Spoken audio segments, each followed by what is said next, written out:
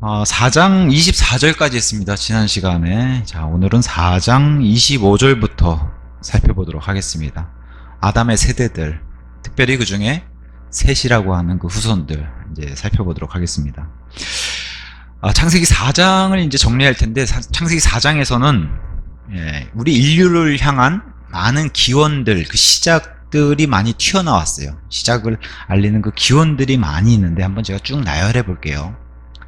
임신이 시작했고, 출생, 가족이 시작했고, 종교가 시작했습니다.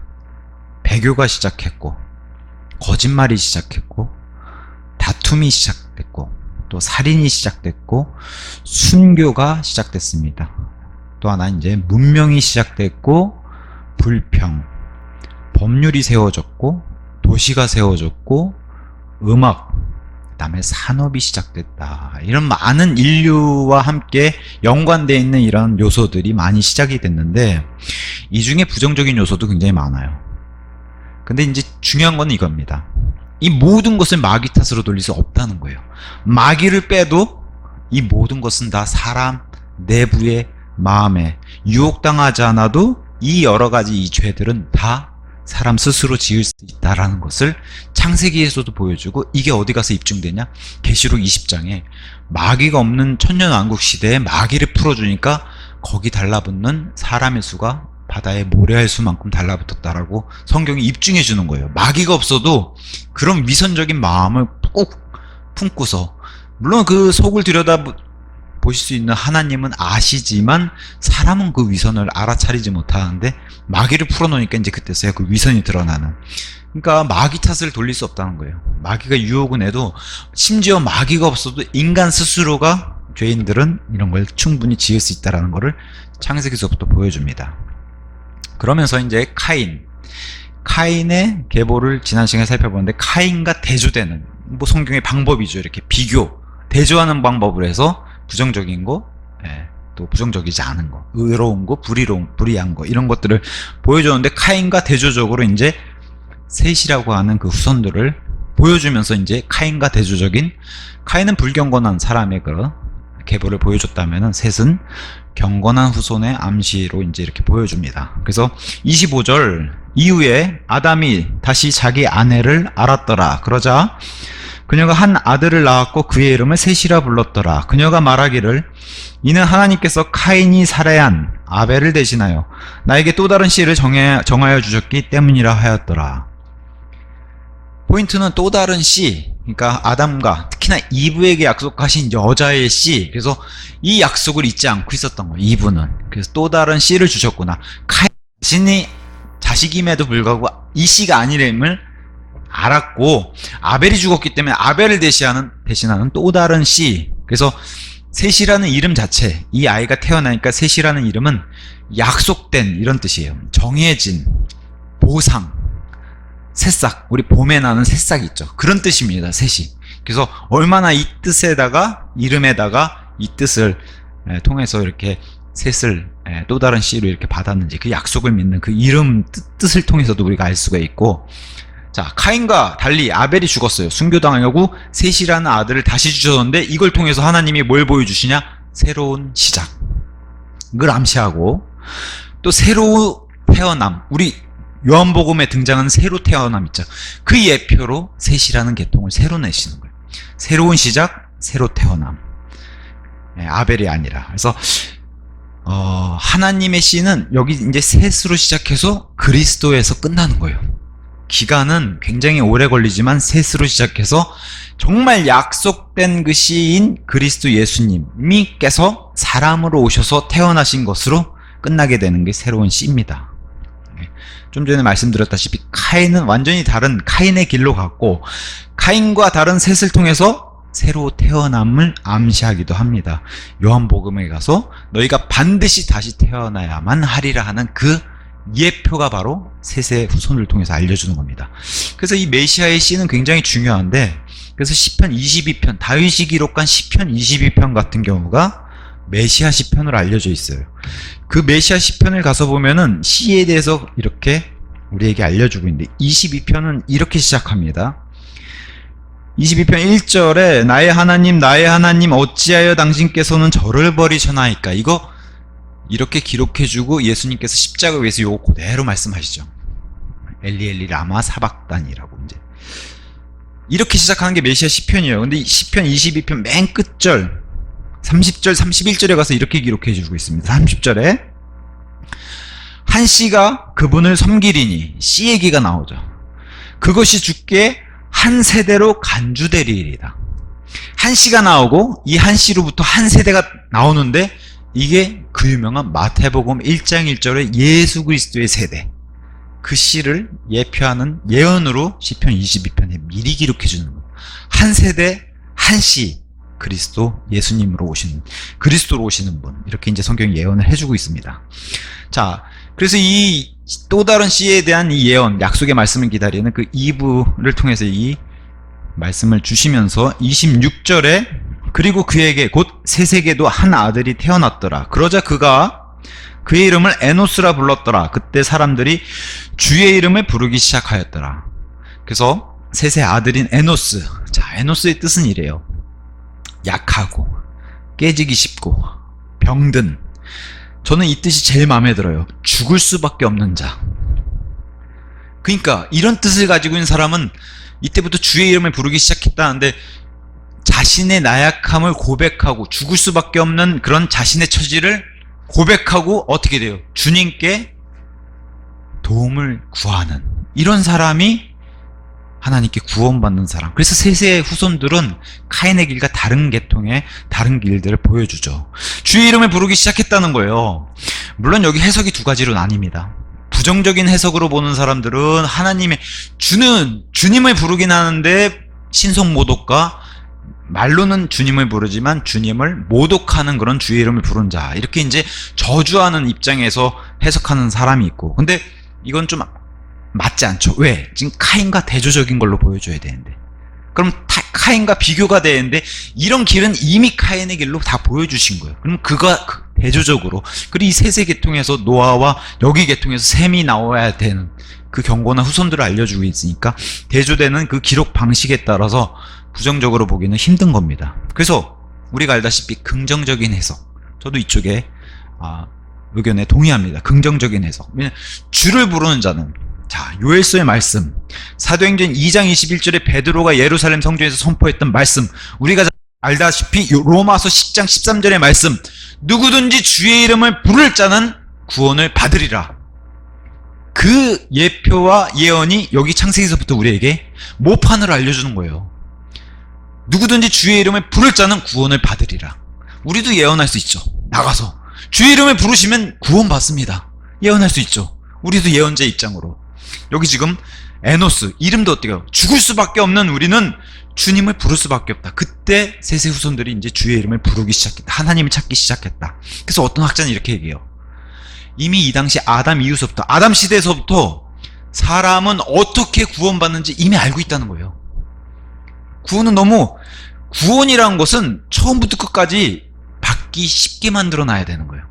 그잖아요. 구원을 받기 어렵게 만들면 안 되는 거잖아요. 그래서 하나님은 처음부터 끝까지 구원은 받기 쉽게, 명료하고 단순하게 만들어 놓으신 거예요.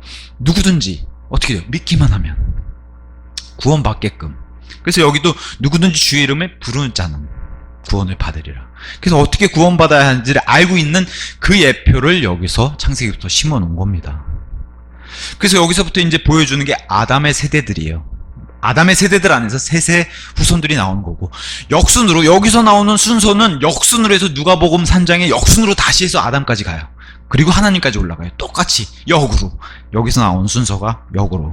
그래서 이제 5장 1절부터 아담의 세대들과 셋의 후손들이 이제 시작됩니다. 1절, 이것은 아담의 세대들에 관한 책이라. 하나님께서 사람을 창조하신 날에 그분께서는 그를 하나님과 같은 모습으로 만드셨더라. 세대라는 단어와 책이라는 단어, 이 두 단어가 들어간 문장은 여기 창세기와 마태복음 딱 한 구절, 두 구절만 나옵니다. 세대와 책, 계보를 나타내는, 하나는 아담의 계보고 하나는 예수님의 계보예요. 그래서 구약에서는 아담의 계보를 알려주고 있고 신약에서는 예수 그리스도의 계보를 알려주고 있어요. 아담의 세대들에 관한 책이라. 마태복음 1장 1절은 예수 그리스도의 세대에 관한 책이라 이렇게 나와요. 시작이. 근데 중요한 거는 아담의 세대들, 여긴 복수로 돼 있고, 이것을 마무리하는 예수 그리스도가 등장해서 마태복음 신약을 열러 오신 예수 그리스도는 한 세대밖에 없다. 그래서 예수 그리스도의 그 세대로 마무리를 해요. 아담은 멸망하는 세대예요. 근데 여기는 계속 그는 죽었더라. 사람이 태어나면 죽는다는 것을 계속 강조해요. 누구나 다 죽죠. 누구나 다 죽으면 흙으로 돌아가고. 이걸 심각하게 보라는 거예요. 아담에 속해 있는 사람은 누구나 죽는다는 것을 여기서 보여줘요, 성경이. 근데 예수 그리스도의 세대, 마태복음 1장을 딱 열어서 신약 성경이 시작하면은 죽음이 딱 삭제가 돼요. 없어요. 예수 그리스도 세대 안에서는 죽는 게 아니라 낳고 하면서 생명이 탄생되는 것으로 계속 이어가요. 관계를 계속 맺죠. 하나님과의 원수 관계가 풀어진 관계를 계속 맺죠. 그래서 하나님과 교제하는 사이로 계속해서 예수 그리스도 세대 안에서는 낳고 해서 죽음이 삭제되는 그런 걸로 마태복음을 기록해 주고 있어요. 어떤 학자는 멋있게 이렇게 표현해 놨어요. 하나님께서 창세기 5장부터 마태복음 1장까지, 창세기 5장하고 마태복음 1장을 연결해야 되는데 성령님께서 성경 기록을 마태에게 영감을 줘서, 강조합니다, 마태에게 영감을 줘서 마태는 그가 죽었더라를 삭제하고 나았더라, 생명의 탄생으로 연결되는 것을 기록해 주셨다. 참 멋지지 않습니까? 이렇게 이제 표현을 했습니다. 그래서 예수 그리스도 안에서는 죽음이 없다라는 것을 예수님이 이 땅에 오셔가지고 이런 말씀을 주셨죠. 요한복음 11장 25절 26절, 그 유명한 마르다에게 하신 말씀이에요. 나는 부활이요 생명이라, 나를 믿는 자는 비록 그가 죽었을지라도 그가 살리라. 그리고 누구든지 살아서 나를 믿는 자는 결코 죽지 아니하리라. 너는 이것을 믿느냐? 아멘 해야죠. 아멘. 그래서 예수 그리스도 안에 들어가시면, 이렇게 해서 다시 태어나시면, 구원받으시면 결코 죽지 않고 죽어도 부활한다. 이걸 예수님이 약속해 주셨어요. 이게 바로 신약시대, 완전 다른 시대라는 거예요. 아담에서 태어난 그 본성과는 완전 다른. 그래서 고린도전서 15장에 이런 말씀 주셨습니다. 15장 22절. 아담 안에서 모두가 죽는 것 같이 다 죽는다는 거예요. 아담에게서 태어난 사람들은 다 죽을 수밖에 없는데, 이와 반면에 바로 그리스도 안에서도 그렇게, 그리스도 안에서는 모두가 살게 된다는 겁니다. 이게 예수 그리스도 세대 안으로 들어가야 하는 이유, 다시 태어나야 하는 이유, 이거를 성경은 이렇게 얘기를 하는 겁니다. 그래서 첫사람 아담과 두 번째 아담, 또는 마지막 아담 대신 예수님, 어디가 중요해요? 마지막 아담 쪽으로 속하는 게 중요한 거예요. 반드시 속해야 된다. 그래서 예수님은 이 땅에 오셔가지고 너희가 반드시 다시 태어나야 하리라, 반드시 다시 태어나야 된다고 이렇게 얘기를 합니다. 자, 아담은 하나님과 같은 모습, 라이크니스로 만드셨더라, 이렇게 해서 메이드, 과거로 썼어요. 슬픈 얘기예요. 왜 과거로 썼을까요? 지금은 죄를 지어가지고 죄인이 됐기 때문에 이미 과거에 그런, 지금 현재는 이런 상태가 아니라는 거예요. 하나님과 같은 모습이 지금은 부패됐다는 거예요. 원래는 100% 완전한 영원한 생명으로 창조해가지고 아들, 딸 낳고 영원 무궁토록 행복하게 복받으면서 살 수 있었는데, 죄를 저지르면서 이제는 아담의 죄인의 모습으로 바뀌었다는 거예요. 그래서 과거형이에요. 의미심장하게. 2절도 계속 과거형이에요. 그분께서 그들을 남성과 여성으로 창조하셨고, 이것도 과거형이고, 그들이 창조되던 날에 그들의 복을 주셨고, 다 과거에 주셨다는 거예요. 지금은 아니라는 거를 강조하시는 거예요. 그들의 이름을 아담이라 부르셨더라. 이것도 과거예요. 다 과거형으로 다 영어가 돼 있습니다. 근데 한 가지 특징이 있어요. 그들 두 명을 하나님은 아담이라 부르세요. 둘인데, 그래서 부부는 한 육체 하나라고 얘기해요. 왜? 원래 아담에서 떨어져 나왔거든요, 이브가. 분명히 두 명인데 이브는 아담의 갈비뼈라는 거예요. 원래는 하나예요. 근데 하나가 둘이 됐다가 이걸 다시 하나로 합쳐진 게, 그게 가정, 부부를 하나로 놓는 거예요. 그 세상 사람들도 얘기해요. 칼로 물베기, 부부는 일심동체. 원래 이게 성경적인 진리인데 세상에서도 그렇게 얘기해요. 안 믿는 사람들도. 부부는 하나다. 그래서 하나님이 둘로 맺어주신 것을 사람이 나눌 수 없다라고 얘기하는 거예요. 부부는 하나이기 때문에. 이 하나의 원리, 이 진리가 뭐예요? 원래 하나님과 하나님의 아들인 아담이 하나였는데 이게 둘로 떨어졌다가 죄인이 된 반. 그 다음에 회개해서 다시 하나가 되는. 그래서 우리 예수님이 우리에게 알려주신 예수님이 우리 속죄다. 어텀먼트라고는 속죄. 거기에 안에 들어가 있는 단어가 on이에요. 하나가 된다는 거. at one month. 더 풀어서는 at one moment. 단번에 이거를 끝내보시다. 단번에 십자가에서 한 번에. 그게 어텀먼트의 속죄. 우리를 위해 대신해서 속죄하셨다는 거. 그렇게 해서 원래 하나였던 존재가 둘이 됐다가 하나. 그래서 예수님이 이걸 가지고 뭘 얘기하세요? 그리스도와 교회의 관계라고 얘기하잖아요. 신랑과 신부의 관계 이렇게 얘기하기도 합니다. 자, 3절에 정말 안타깝게 왜 과거형을 썼냐? 3절. 그런즉 아담이 130년을 살았으며 자기 자신의 같은 모습대로 자기 형상을 따라 한 아들을 낳았으니 그의 이름을 셋이라 했다. 이제는 하나님의 형상이 아니라 창조는 그렇게 됐는데 이제는 안타깝게도 아담의 형상대로 이 이후서부터는 저와 여러분 다 어떻게 태어나요? 아담의 형상을 가지고 태어난 거예요. 영적으로는 죽었죠. 혼과 육체는 부패돼서 태어나는 거예요. 그걸 성경은 죄인이라고 얘기해요. 엄마 뱃속에서부터 수태될 때부터 죄인으로 태어났다고 얘기하는 거예요. 이것은 아담의 모습대로 아담의 형상을 따라 태어났다고 얘기하는 겁니다. 성경은 이런 사람을 본성적인, 영어로는 내추럴맨이라고 해요. 내추럴. 자연스럽게 우리가 내추럴, 네이처에서 태어나는데 휴먼 네이처라는 거예요. 근데 다시 태어난 자는 이걸 뭘로 바꿔주세요? 디바인 네이처. 신성으로 바꿔주시는 본성 자체를. 그걸 우리는 새 사람, 속 사람 이렇게 얘기하는 겁니다. 자, 아담의 형상대로, 아담은 하나님의 형상대로 원래 만들어진 존재예요. 근데 예수님과 한번 비교해 볼까요? 아담은 하나님의 형상대로 만들어졌던 그런 존재인데 예수님은 뭐라고 얘기해요? 하나님의 형상 그 자체. 형상을 따라 만든 존재가 아니라 형상 그 자체 이 뜻인 거예요. 그러니까 아담과 예수님은 사실 비교 대상이 안 되는데 계속해서 이걸 비교해 주고 있죠, 성경은. 자, 아담은 에덴 동산에서 패배했어요. 더군다나 누구 때문에? 마귀의 유혹.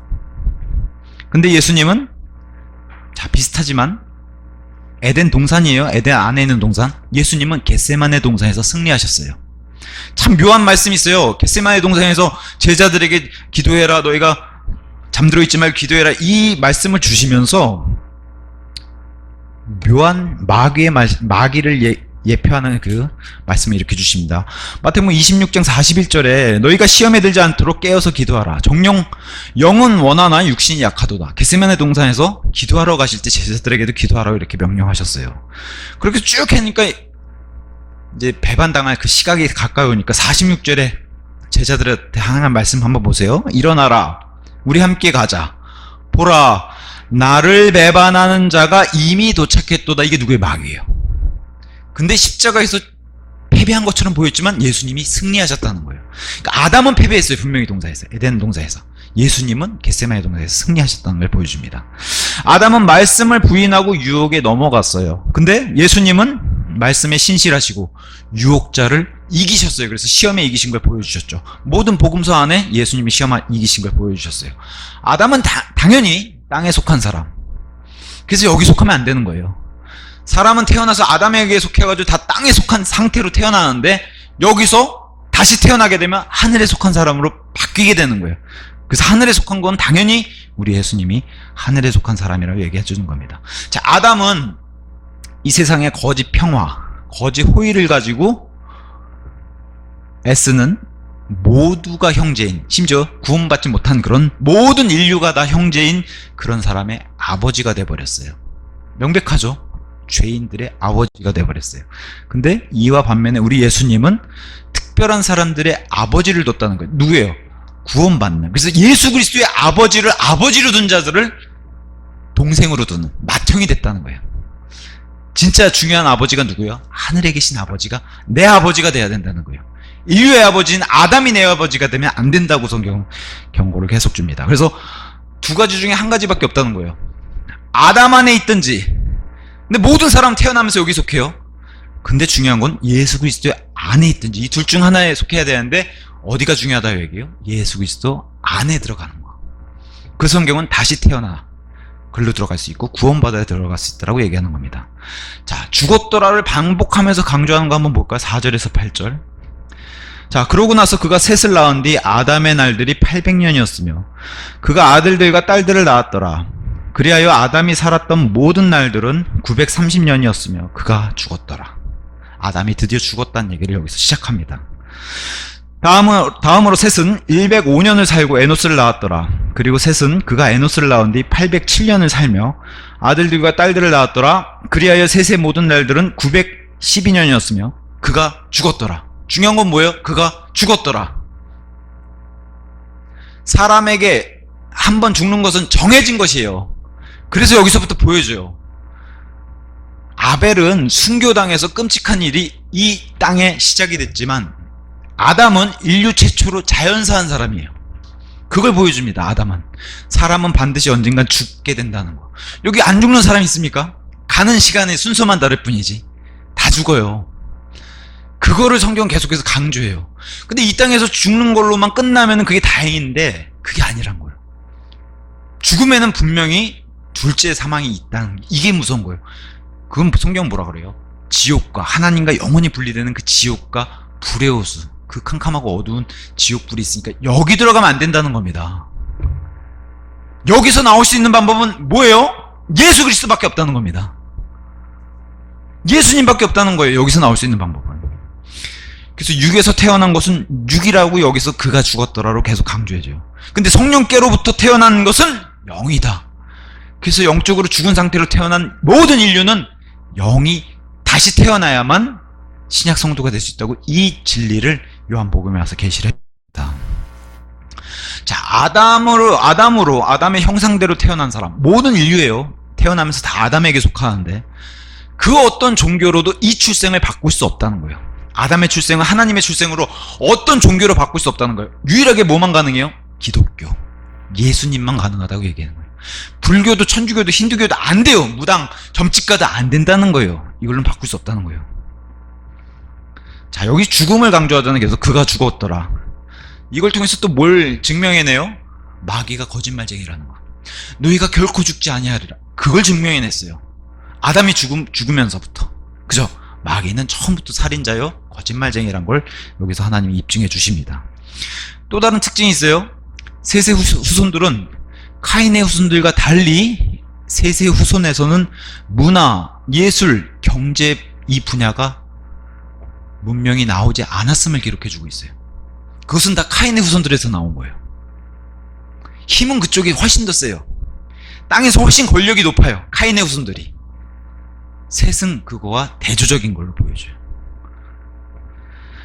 자, 좀 전에 제가 말씀드렸다시피 아담은 역사상 최초의 자연사, 아벨은 순교했고 최초의 자연사로 사람들에게 어찌 보면 충격이죠. 아담이 죽었다니 충격이 올 수밖에 없죠. 참고로 아담서부터 노아까지 한 1500년 돼요. 기간은 길지만 노아의 아버지 라멕과 아담이 동시대에 살아요. 그러면 아담이 자기가 창조되고 에덴 동산에서 살았던 이야기를 라멕에게 하면 라멕이 노아에 그렇게 한 세대만 건너가면은 1500년 기간이 가요. 워낙에 오래 살았기 때문에 말 그대로 우리 할아버지가 해준 얘기가 그대로, 그러니까 이 구전으로 기록이 없어도 사람들이 수명이 길던 시대이기 때문에 말로도 얼마든지 전달이 가능했다는 거예요. 그리고 생생하게 겪었던 사람이 얘기해 주는 거예요.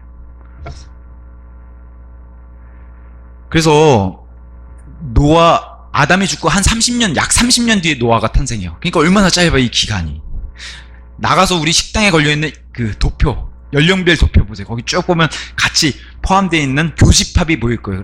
이렇게 동시대구나. 그래서 심지어 노아는 아브라함의 아버지 테라, 그러니까 노아서부터 또 아브라함까지도 아브라함 아버지 테라까지도 동시대 사람이니까 테라 건너서 아브라함까지도 어때요?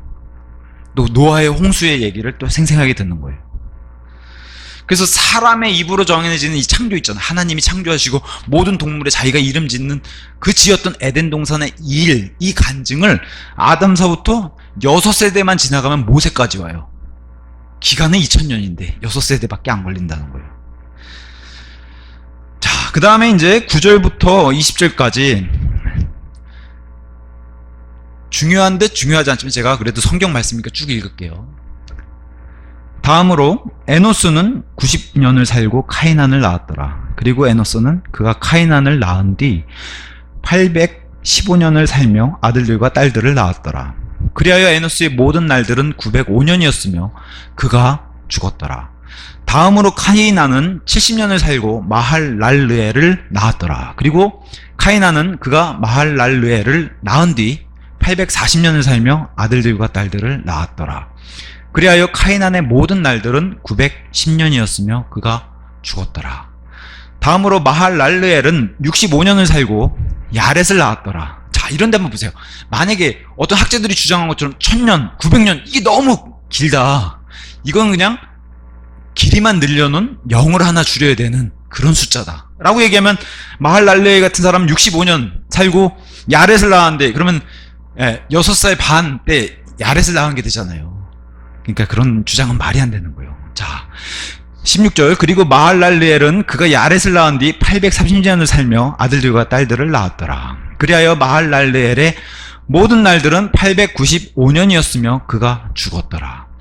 다음으로 야렛은 62년을 살고 에녹을 낳았더라. 그리고 야렛은 그가 에녹을 낳은 뒤 800년을 살며 아들들과 딸들을 낳았더라. 그리하여 야렛의 모든 날들은 962년이었으며 그가 죽었더라. 중요한 건 뭐예요? 그가 죽었더라. 이름의 뜻을 한번 볼게요. 이 셋의 후손과 대조적인, 그러니까 카인의 후손과 대조적인 셋의 후손으로 봤을 때 경건함을 거기다 포인트를 두고, 자, 카이나는 지금 카인의 후손들이 쇠, 철, 대장장이 이걸로 굉장히 강력한 도시를 형성하고 그렇잖아요. 권력을 형성하고. 그래서 카이나는 이거와 대조적인 그들의 대장장이 대적하는 이런 이름을 썼다라는 카이난, 카인과 연관되어 있는 단어예요. 카이난. 그래서 하나님의 쇠를 뜻하는 그런 이름을 붙였다고 이렇게 학자들이 또 해석해놨고, 마할랄레 같은 경우는 하나님을 찬양하다 이름 뜻이 그래요. 야렛 같은 경우는 많은 세대들, 하나님의 편에서 지금 경건한 후손들의 이름들이 긍정적으로 쓰였다는 걸 제가 말씀드립니다. 자, 또 하나, 창세기에는 왜 이렇게 수명이 길었을까? 학자들은 세 가지 이유를 둡니다. 우리 시대와는 다른 기상조건, 지금이란 완전 천지 차이 정도, 노아 홍수 이전의 시대이기 때문에, 그래서 다른 기상조건을 가지고 있고, 또 두 번째는 당시엔 질병이 많지 않을 것이다. 왜냐? 성경에 질병이란 단어가 나오질 않아요. 어디 가서 나오냐? 이집트 가서 나와요. 그럼 벌써 시간이 꽤 지난 2500년이나 지난 시기에 가야지 나오는 거예요. 모세 시대에. 그러니까 이집트에서 처음이란 질병 단어가 등장해요. 그걸로 치시잖아요, 심판을. 그때. 그러니까 노년의 쇠약, 나이가 정말 1000살 가까이 돼서 노년이 돼서 쇠약한 거랑은 다른 문제죠, 질병은. 그래서 당시에는 질병이 많이 없었을 것이다, 이렇게 이제 학자들이 얘기하기도 하고, 또 하나, 카인의 후손들이 이미 형성하고 있는 게 세계정부, 이미 이 당시에 세계정부를 형성하고 있다는 거예요. 그래서 사실 전쟁에 관련 얘기가 안 나오잖아요. 전쟁 불가, 전쟁이 아예 일어날 수 없는. 그래서 무기를 든 무장 충돌 자체가 없었어요. 아니면 카인의 후손들이 너무 막강한 힘을 가져서 반격할 그런 기회를 잡지 못했다던가. 또 하나는, 당시에도 뛰어난 문명이 있었을 것이다. 우리 사람들 바닷속에, 바다 깊은 데 잠겨있는 아틀란티스라든가 이런 얘기 많이 하잖아요. 근데 그런 도시가 실제로 막 신화 속에 존재하는 게 아니라 너무 뛰어난 문명이니까 외계인이 와서 만들어줬을 것이다, 이렇게 얘기하잖아요. 근데 성경은 뭐라 그래요? 진짜 외계에서 온 존재들이 있었다고 얘기해요. 그게 이제 창세기 6장에 하나님의 아들들인 천사들이 와서 사람의 딸들과 결합해서 이 땅에 거인들이 탄생하고, 그러면서 문명이 탄생하고, 거기서 또 강력한 리더들, 강력한 자들이, 거인들 중에 강력한 명성 있는 자들이, 그래서 그 피라미드 같은 그런 문명들을 만들어내고, 그래서 실제로 그런 아틀란티스 도시들이 실제로 성경에서는 그걸 입증해주고 있어요. 근데 그게 홍수시대에 많이 잠겨있고, 그걸 가지고 조금이라도 발견했다 치면 뭐라 그래요? 이 당시 이런 걸 우리가 알고 있는 그 다윈의 진화론으로는 이걸 상상해낼 수 없잖아요. 원시인들이 만들어낼 수 없으니까. 그러다 보니까 자꾸 외계에 엄청나게 뛰어난 지적 존재들이 와서 만들었다. 그러니까 피라미드도 계속 지금 그거를 입증해내지 못하고 건축을 못하니까 바빌론의 하늘, 공중정원 이런 거 지금 구현도 못하니까요. 우리나라 옛날 신라시대에 뭐 잔이 물 따라서 이렇게 가는 것도 지금 구현 못하잖아요.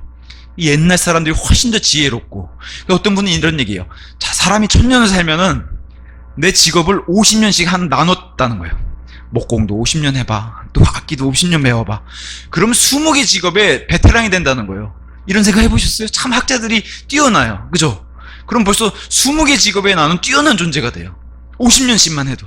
대단한 거죠. 이 당시가 그런 시대였다는 거예요. 이 당시가. 자, 그러면서 이제 32절까지 쭉 홍수까지 그냥 달려갑니다. 심판까지. 셋에서 노아까지. 아담의 타락에서 심판까지 쉬지 않고 이어가는 거예요. 5장이 그냥 쭉 내달리는 거예요. 여기서 근데 중요한 인물 하나가 등장하죠. 그게 바로 에녹이라고 등장합니다. 21절에서 24절. 제가 읽어볼게요. 다음으로 에녹은 65년을 살고 무드셀라를 낳았더라. 그리고 에녹은 그가 무드셀라를 낳은 뒤 300년 동안 하나님과 동행하며 아들들과 딸들을 낳았더라. 그리하여 에녹의 모든 날들은 365년이었더라. 그리고 에녹은 하나님과 동행하였는데 하나님께서 그를 데려가셨으므로 그가 더 이상 없었더라. 아멘. 참 에녹은 엄청난 예표를 보여줍니다. 하나님과 얼마나 동행했는가. 워크 위드. 어려운 용어도 아니에요. 워크 위드. 위드가 중요하죠. 하나님과 함께 동행했다. 자, 에녹이 무드셀라란 이름을 지은 데서부터 하나님과 동행하는 그런 우리가 흔적을 찾을 수 있어요. 왜? 무드셀라의 뜻은 그가 죽을 때 그것이 온다. 그가 죽을 때 그것이 오리라. 그럼 뭐예요? 그것은 홍수예요. 하나님의 심판. 심판 직전에 무드셀라가 죽자마자 홍수가 왔다는 거예요. 이 이름을 지을 때 에녹은 하나님의 영감과 예언을 받아가지고 무드셀라 이름을 지은 것을 우리가 살펴볼 수 있어요. 그래서 이름 속에 하나님의 예언을 집어넣었죠. 그래서 무드셀라는 이름이 중요하고 무드셀라는 인류 가운데 가장 오래 산 969년을 산 사람으로 기록됩니다. 또 무드셀라를 통해서 뭘 알 수 있어요? 하나님의 오래 참으심. 얼마나 오래 참으시는가. 그리고 어떤 분이 이런 얘기를 했어요. 무드셀라를 낳은 뒤에 동행했어요. 그전에는 하나님과 동행하지 않았어요. 자식을 낳아보니까 어떤 분이 그렇게 얘기해요. 자식을 낳아보니까 하나님의 마음을 알게 돼서 하나님을 더 깊이 알게 됐다. 묘하게도 디모데전서 3장에 가서 보시면은 감독의 요건, 집사의 요건 가운데 중요 요건을 꼭 공통적으로 넣어놓는 게 뭐냐면 자기 집을 잘 다스리는 자, 특히 거기에 자녀 이렇게 해놨어요. 자녀들을 낳아보고 자녀들을 잘 다스리는 자가 교회도 잘 다스린다는 거예요. 꼭 나와놨죠. 꼭 나와놨어요. 근데 묘하게도 에녹은 무드셀라를 낳고 하나님과 동행했어요. 그게 참 의미심장합니다. 자, 동행이란 단어 walk with, 단순히 걷는다는 뜻을 넘어서서 하나님과 삶을 공유했다는 거예요. 교제했다는 겁니다. 하나님께서 에녹을 구원시켜주던 그 목적이 뭐냐? 하나님과의 교제를 위해서. 에녹을 통해서 그걸 강력하게 보여줘요. 하나님과 교제하기 위해서. 그래서 단순히 walk는 우리가 걷다라는 뜻을 뛰어넘어서, 그래서 노아 웹스터 사전에 가서 보면 walk의 뜻을 뭐라고 얘기했냐? 살아가다. live 단어가 들어가. live. 단순히 걷는 게 아니라, 물론 예수님이 그 the way, 길이죠. 예수님이 길인데 그 길을 걷는 것처럼 우리의 삶을 살아가는 걸, 예수님 안에 살아가는 걸. 그래서 창세기 17장 1절, 제가 이 walk with 동행에 대해서 이렇게 표준 킹제임스가 번역해 놓은 걸 세 구절만 읽을게요. 17장 1절에 이렇게 되어 있습니다. 이후에 아브라함이 99세가 되었을 때 주께서 아브라함에게 나타나셨고 그에게 이같이 말씀하셨느니라. 나는 전능한 하나님이라. 내 앞에서 살아가라. walk. 그리고 너는 완전하라. 이럴 때 쓴 게 바로 walk입니다. 또 신명기 13장 4절에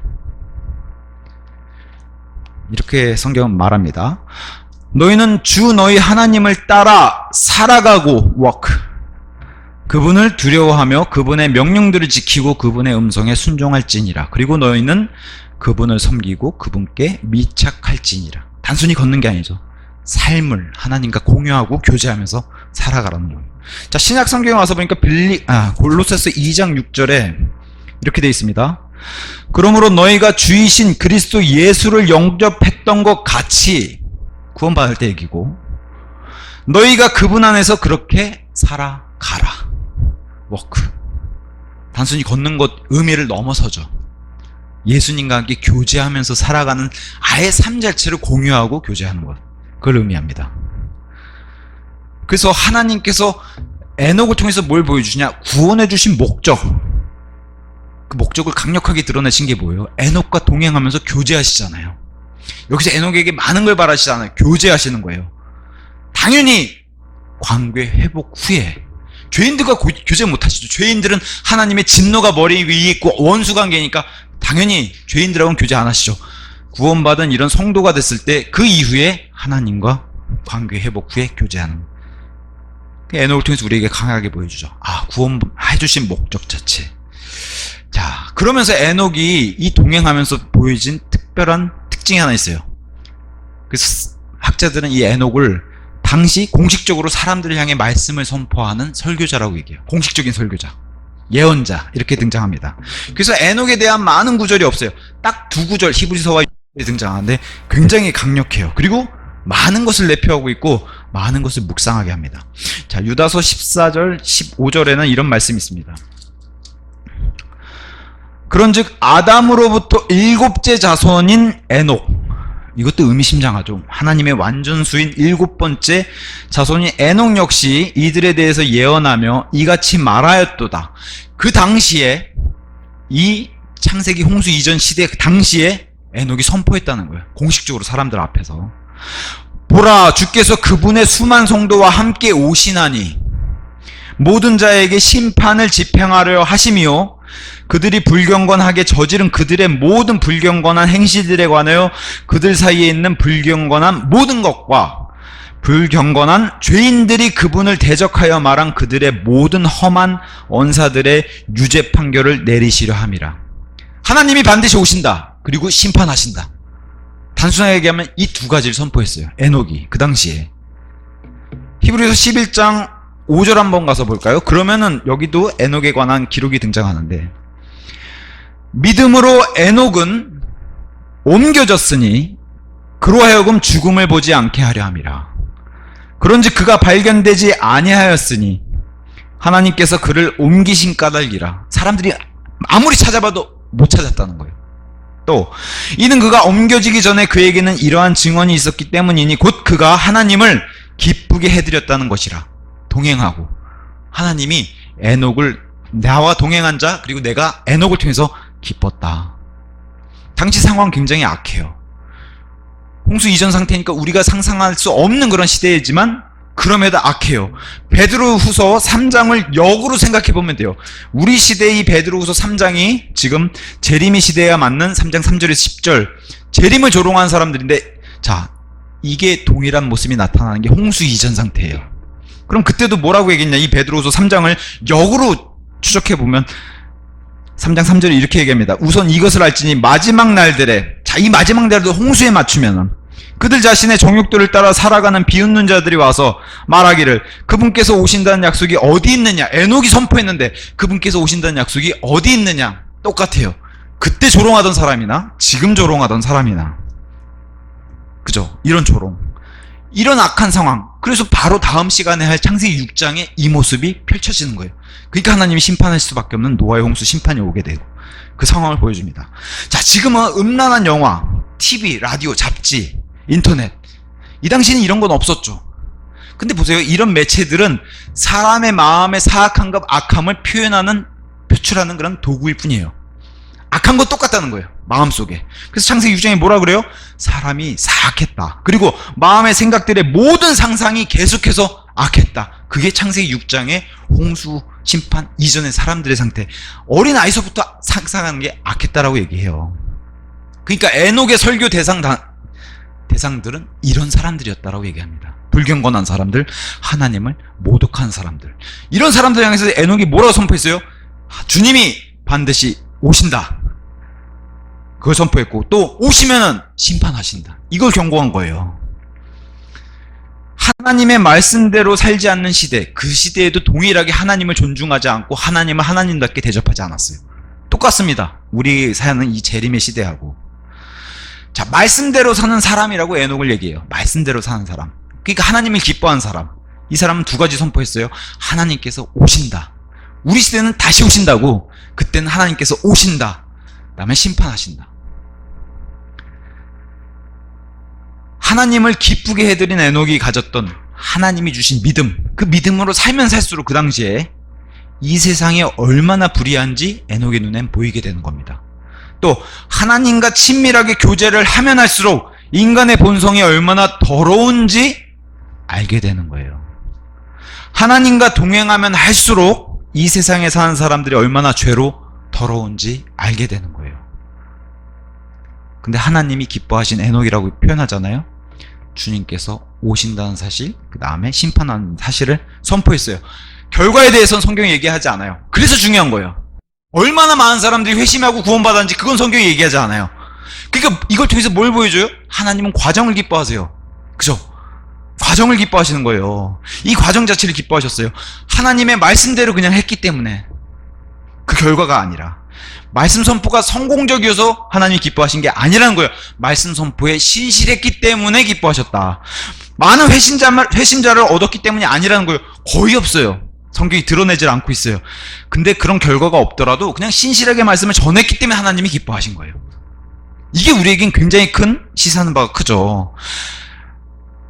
하나님을 기쁘게 해드리는 증언을 가지고 있었다. 그러니까 에녹은 간증했어요.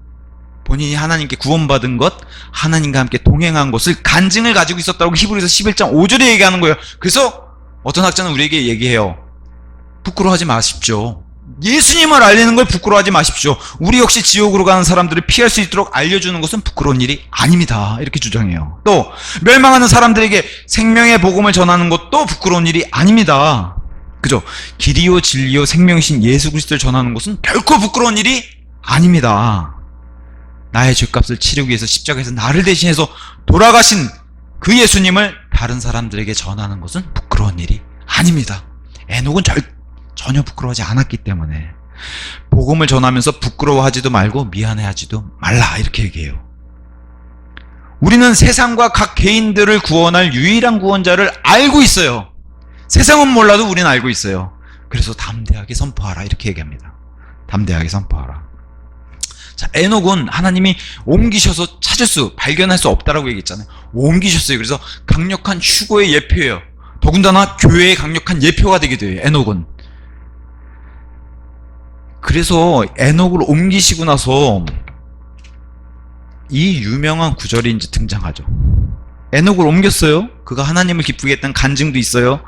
반면에 그래서 믿음으로 하나님을 기쁘게 해드린 에녹의 이야기를 하고 그 다음에 믿음이 없이는 하나님을 기쁘게 해드린 것은 불가능하니라 이렇게 나오는 거예요.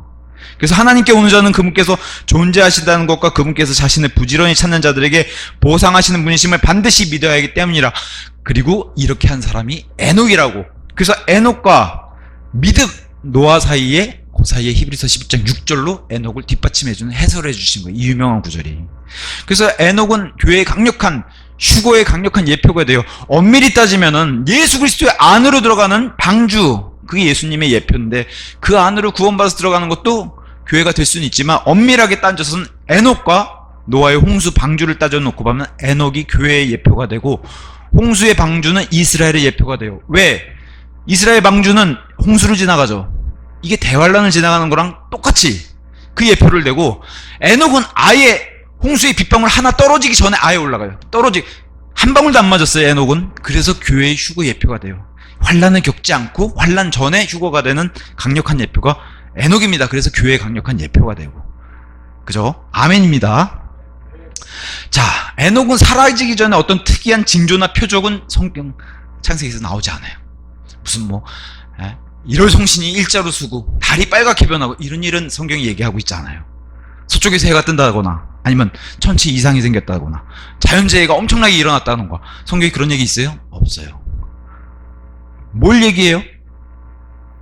그런 것을 기대하지 말라고. 너무 이런 거를 관심 두는 사람들이 너무 많아요. 자, 그날과 그 시각에 대해서 예수님은 특히나 재림하시는, 우리에 따지면, 그리고 여기 하나님이 오시는 그날과 그 시각에 대해서는 아는 사람은 아무도 없다고 얘기해요. 심지어 하늘의 천사들도 모른다고 얘기해요. 오직 성경 예언과 중동 정세, 이스라엘 정세를 열심히 연구한 자들만 안다고 얘기해요. 그렇게 얘기 안 해요. 그죠? 그렇게 얘기 안 해요.